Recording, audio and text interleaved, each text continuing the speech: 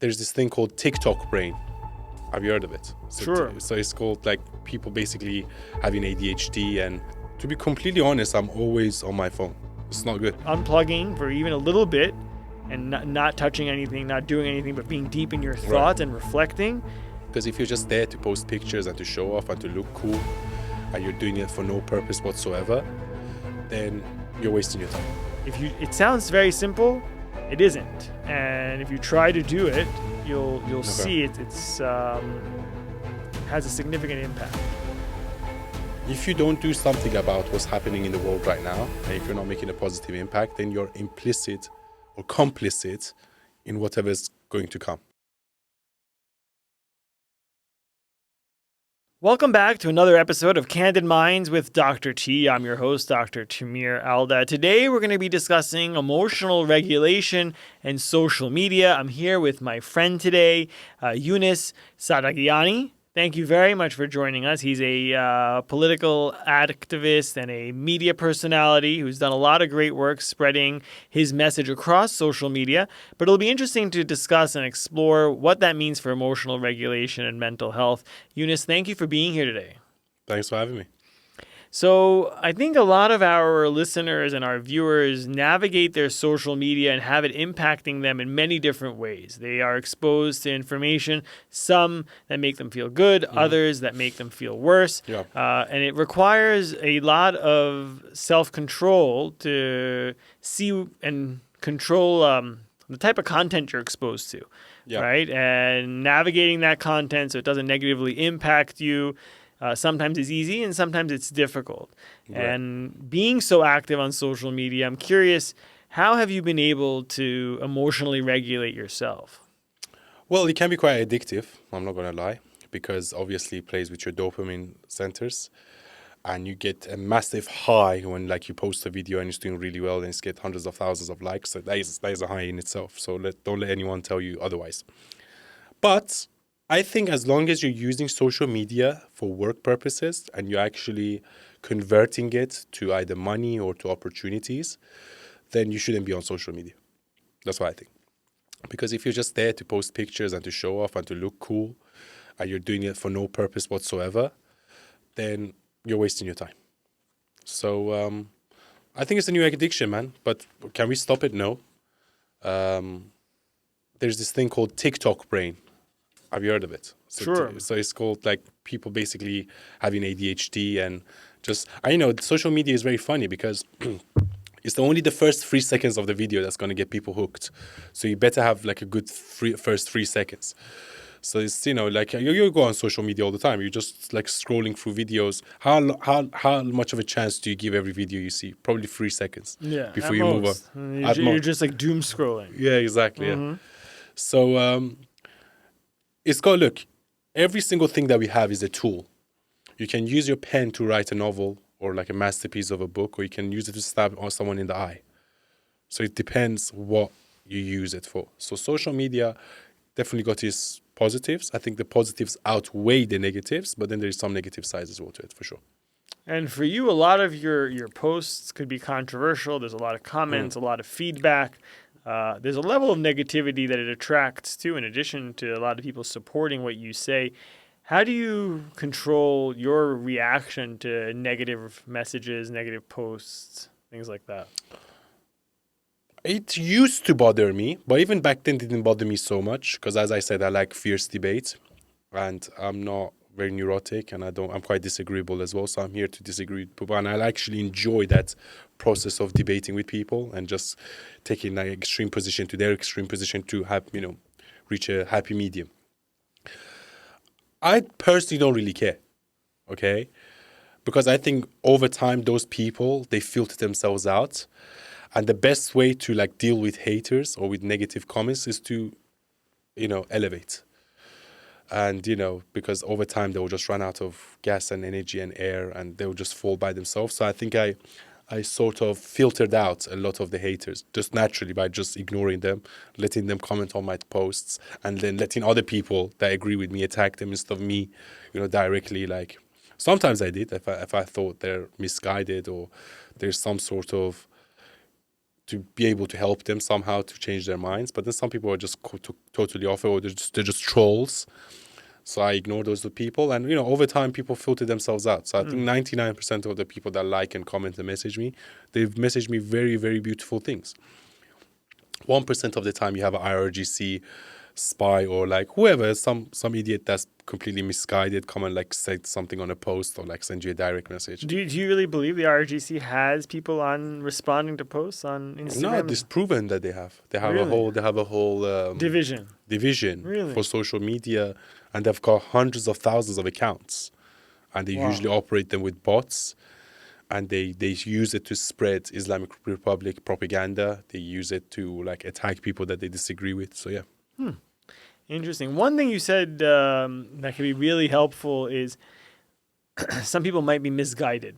Right. And the idea that some people might be misguided ties a lot to what we call cognitive behavioral therapy.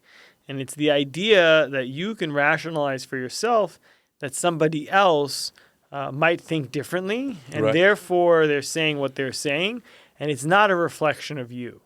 And you probably don't even realize you're doing it, but it's a very healthy response, and one that we spend a lot of time teaching people how to do in therapy. And I think it helps our listeners to know that you naturally did that. But if somebody is in a situation where they are getting a lot of negative feedback on social media or even in real life, stopping for a second and thinking that the individual is misguided, they don't know all the fact, their perspective is distorted, you don't know what they're going through, is very, very therapeutic. And quickly, if you're able to do that, you'll feel differently, you'll act differently. And then sometimes you can help these misguided people. Sometimes you can just give them a few quick facts, maybe just to fix something in their head. But then each to their own. Like, you're not here to fix other people, you're just here to feel good yourself. So if you waste too much time on based thinking like what other people think, then you're going to have a very bad time. And I think actually, as a matter of fact, the more you are yourself, the more people will like you. So it doesn't matter if you disagree or agree, as long as there's mutual respect. Do you ever feel like you're not authentic? No. No, not at all. I feel like I'm very authentic. Was there ever anything that you did professionally where you felt like you had to... No, not at all. I mean, some people say to me, like, Younes, maybe you shouldn't say this. Maybe you should be a bit more political. I just disagree fundamentally. I feel like you have to say what you mean. If you truly, truly believe it, you have to, and it comes from the heart, you have to say it. Sometimes I win friends over, sometimes I lose friends. Sometimes maybe I alienate people that would have been better off keeping on side. But I don't really care, because I think over time, those people will come back around anyway. So you're able to, you're almost indifferent to the negative impact of a lot of these decisions. I wouldn't say indifferent. Yeah, I am indifferent, but I am not unaware of it. I'm completely aware, but I just do it anyway. What do you tell people if they think your content is meant to be intentionally controversial or intentionally attract people to click it and watch it? No, I don't do that at all, actually. I think I say what I say as a matter of fact if I truly believe it. I don't try to be controversial just to provoke. I only provoke as long as what I'm saying is provocative and it's the truth, okay? And also, I think if you think that is a reflection of yourself, if you see that it's like you're projecting what you would do if you was in my position. I don't think I'm controversial at all, actually. I think I'm telling the truth. And then we live in an insane world that the truth is deemed controversial. That's how I see it. Does that get exhausting sometimes? Can you feel burnout from constantly having to advocate when there is a very strong pressure against you? No, I rather enjoy it. I think I thrive in those kind of situations. So I wouldn't buckle under the pressure, not at all. But you do feel the pressure. Sometimes I did, but then sometimes, for example, I give you an example. So, for example, I said something about Shah Sadeh. I support Shah Sadeh, and I think he's a great man. He's very well educated. But I said something in a podcast like a year ago that, and I said about Shah Sadeh, I was like, look, he's a great guy, but I think he likes charisma, he likes boldness, he likes, this quote of, fighting spirit, in my opinion, sometimes. And I said that, and as soon as I said that, like a lot of these Iranians, they got very offended. They're like, oh, you're Mujahideen, or oh, you're Islamic Republic spy. Just complete nonsense, right? And I could feel the pressure coming from the Iranian community towards me. Like, oh, why did you criticize Shahzadeh? And I was like, look, the guy's not God. Everyone has their own flaws. And in his case, he's not charismatic enough. He's not bold enough. These are something you can work on, as you said, cognitive behavioral therapy. So you can practice to be bold. You know, it's not something like you're either born with it or not. But funnily enough, and I felt the pressure and I was like, bro, like, what the fuck? Like at that point, I was like, the Iranian people like are crazy. Like the Iranian diaspora are crazy. You can't even criticize their leader. And I was like, this is the same mentality people had back in 1979 when the revolution happened. When they said, oh, Khomeini is a man of God. Khomeini, anyone that said a bad word about Khomeini, they like outed him. And he was untouchable. He was untouchable. Oh, we saw the picture of Khomeini on the moon. So that same mentality. And I think this is a problem maybe within the Iranian community, that everything is so black and white. You're either in vari or unvari, you know? But sometimes you have to know that everything is 50 shades of gray. Like, yeah, Shahzadeh might be a great time. I mean, he might be position number one, but he's not without his own flaws. So yeah, back then I felt the pressure, but I stayed by my message. I was like, I'm going to stand by this stance. And the longer time goes on, the more I feel like I was right about it. Because even during the 12-day war, I don't think, he was bold enough in what he was doing. I know PBD, Patrick Bet-David, came out and said the exact same thing I said 6 months before him. And he was like, look, Shahzadeh Reza Pahlavi is not a closer. And that's why I mean he's not charismatic and bold enough. He's not a closer. He's a peacetime leader, not a wartime leader.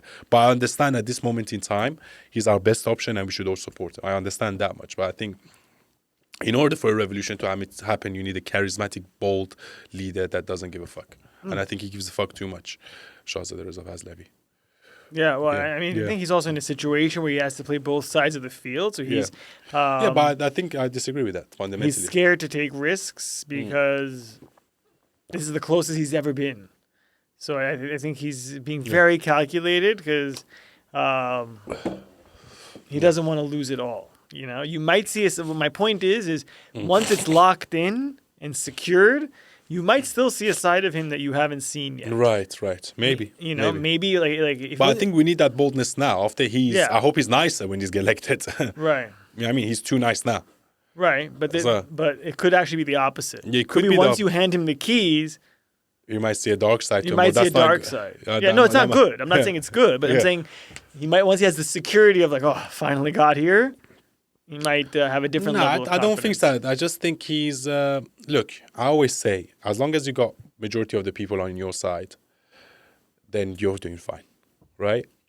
You cannot be happy and successful or even loved or admired if you try to play everyone and try to be political and nice. You know, I was actually having this conversation with someone else. I was like, you cannot make everyone happy, right? So what you should focus on is to speak your truth, do what you think is right, and then eventually you will attract the right people around you. So I think, people are going to be upset with him, but I just think sometimes and I think his grandfather understood this very well. His grandfather said in Farsi, and I can translate it. In Farsi, he said, "شعور رو باید به بیشوران تحمیل کرد." And it means you have to teach idiots the right way to do things. And you can't pander to them. And you can't make everyone happy. But then I don't think he quite understands that. But I think as long as he's got 50% plus of the people behind him, he can easily cause a revolution in Iran. So I don't know what he's worried about, because he's also worried about the religious sect, he's worried about this, he's worried about that, he's worried about Mujahideen, he's worried about, And I think that's what also stopping the US and UK from overthrowing the Islamic Republic, because they don't see him as a strong enough candidate. Or a bold enough candidate. I know he's got his own issues because he doesn't have a military and all of those things, but I just think if he was a bit slightly bolder, who knows? Yeah, no, it's certainly interesting. And you touch on the point of pleasing people, which I know a lot of our listeners identify as people pleasers. And they try to make everyone happy, and at the end, they sacrifice themselves. They end up paying a very heavy price in the name of trying to get everyone to like them, everyone to thank them, making everyone else's life easier or better, and ends up being like self-sabotage because they work so hard to do that. and it blocks success, right? Yeah, but just because you're a people pleaser doesn't mean you're a good person. I think you should make that distinction. I think it just means you're a disingenuous person, or maybe you lack confidence. You're more concerned about being liked rather than being respected. And I think as long as you do good and you speak your truth, and yes, sometimes you're gonna offend some people. Fine, who cares, right? But then at the end of the day, you want to have your people. And the thing is, I have never seen anyone that's liked by everybody. Okay, I've never seen anyone that's liked by everybody. And I think people that try to play that game are extremely disingenuous. And I think over time, they will be hated for their disingenuousness. So I think you're just better off speaking your truth, offending people short term, but then over long term, those people will respect you. So that's what I think. Yeah, no, I could tell you that easier said than done. Yeah. But if people were more authentic in that sense, ultimately they would live a life of greater fulfillment. It is very exhausting being disingenuous. It is very exhausting trying to please everyone. Yeah. A lot of them have a very strong and high EQ because in order to please you, I have to guess what you want me to say and know to say it. So it's also very exhausting in that sense. It's also very impressive. Right. It's actually much easier to do whatever the hell you want. It doesn't require a lot of brain power to go around and just do whatever impulsively you want to do. So a lot of these individuals I wouldn't say do anything you want, like being completely obnoxious and not aware of other people. But then there's levels to it. Yeah. No, for sure. Yeah, there's levels to it. My point is it's also very exhausting to be a people pleaser. Yeah, exactly. You have to use a lot of brain power. So being able to reclaim some of that is very liberating. It is very liberating. Exactly. Yeah. Speaking about liberation, that's a good, nice tie. Nice tie. How do you control your own kind of detox mental health? Navigating these political issues that you talk about on social media is almost as though it's never ending, right? Social media, you're always on it. It isn't like you go on the news, you talk about something, but then you go home and you sign off, right? Being on social media somewhere, someone around the world is responding, is engaging, you're engaging, you're thinking. I've turned my notifications off. Is that the secret? I turn my notifications off on social media. Otherwise, my phone would be beeping like every 2 seconds. I don't respond to everyone. I just usually check the total number of likes and just see how many. I just scroll through the comments very quickly. But you are right. And is there anything that you do for your own self for your own mental health to detox? Well, to be completely honest, I'm always on my phone, so I don't think I ever detox. It's not good. So maybe I should turn off. Do you have any advice? Yeah, I mean, self-care is huge. Okay. The biggest thing is unplugging. How? Right? How do I unplug? Okay, this is the issue I have, and maybe I'll speak to you. It's just not even with social media. I just have a very hard time unplugging. So I even have trouble falling asleep, for example. Like I go to bed and I'm like awake for like 2 hours. So the first thing is turning your phone off, cutting out all stimulation, even if it's just for an hour, and finding an activity or something that you could do that doesn't require you to think about whatever is distracting you. So if in your case it's social media, it'd be turning your phone off and going to the gym, turning your phone off and going for a run, listening to music, reading a book, watching a movie, things that are very basic and doesn't require too much brain stimulation. Right. And I could tell you for me, which is people sometimes find surprising. I travel a lot for work. I don't log into the internet on my flights, and it's interesting because it's a pretty nice opportunity on long flights, 5 hours, 6 hours, to just think. I sit with a pen and paper. I reflect on how things are going at work. I think about some of my patients and solutions for them. Just reflect. Right. And doing that, it's easier on flights because I'm trapped there for 5-6 hours. If you could do that during the day, it's amazing too. But unplugging for even a little bit and not touching anything, not doing anything, but being deep in your thoughts and reflecting, it sounds very simple. It isn't. And if you try to do it, you'll see it. It's has a significant impact. I shall try that. Yeah, it's well worth it. Okay. Any final thoughts that you would say to our listeners who really feel like social media is exhausting them, or they feel like speaking out and speaking their mind is too difficult and they want more courage in order to do that? Well, I rather enjoy social media, and I like it. Maybe that's why I'm on it all the time. But I work with it, so it's different, kind of. But what I would say in terms of the courage side of it is that, first of all, it's not for everyone. So I wouldn't advise people to come on and just speak if they're not passionate about it. Don't do it, right? But then at the end of the day, I will be like, if you don't do something about what's happening in the world right now, and if you're not making a positive impact, then you're implicit or complicit in whatever's going to come. For example, in Iran in 1979, a lot of the people didn't speak up. And they didn't like protect the Shah, and they should have. And look what happened for 46 years. So don't think it can't affect you, because it will over time, because you're complicit in your society going down by not speaking up. Absolutely. No, I think that is good advice. And Yeah. emotional regulation on social media is easier said than done, but taking the first steps is huge. So I thank you for being here today. Thank you for joining us. We hope to see you back here again soon. Thank you.